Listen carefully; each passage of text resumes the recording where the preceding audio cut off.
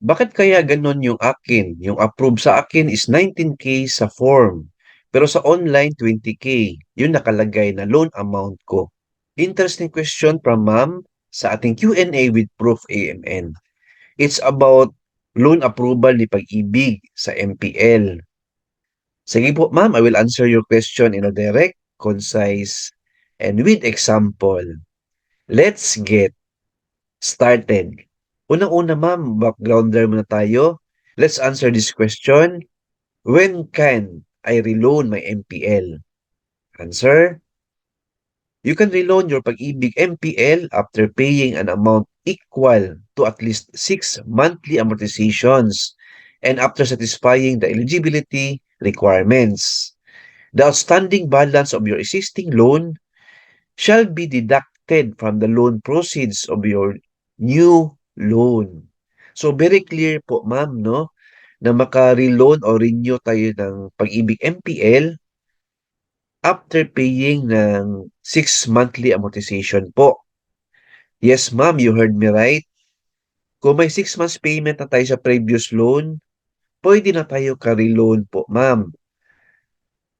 However, yung outstanding balance ng existing loan po ninyo shall be deducted sa loan proceeds ng new loan po ninyo. Remember po, yung loan natin sa Pag-ibig, no, na MPL, 2 years to pay po tayo, right? And recently, meron ng 3 years to pay. Ngayon, kung gusto natin mag-reload kahit hindi pa nakaabot ng 2 years or 3 years, yan po ang consequence po. May outstanding balance pa tayo, but then pwede na tayo ka-reloan. Provided i-deduct po yung loan balance sa new loan po ninyo. In your case po, ma'am, na-mention nyo kanina, no, may 20K tsaka 19K. I think ito po yung nangyari sa inyo, ma'am. Yung gross loan amount po is 20,000. Kaya may nakita ka na 20K. However, meron kang loan balance, no, na 1,000. If I'm not mistaken. Yun po ang deduct po ma'am sa 20K. Kaya yung net loan amount ninyo is 19K na lang po or 19,000.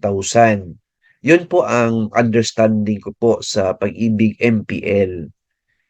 So, to ensure po kung tama yung explanation ko ma'am, you can visit Pag-ibig branch po.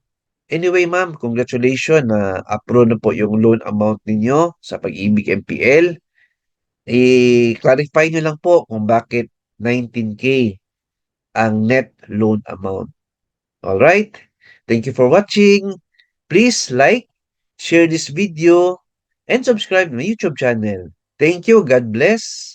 And 2 thumbs up.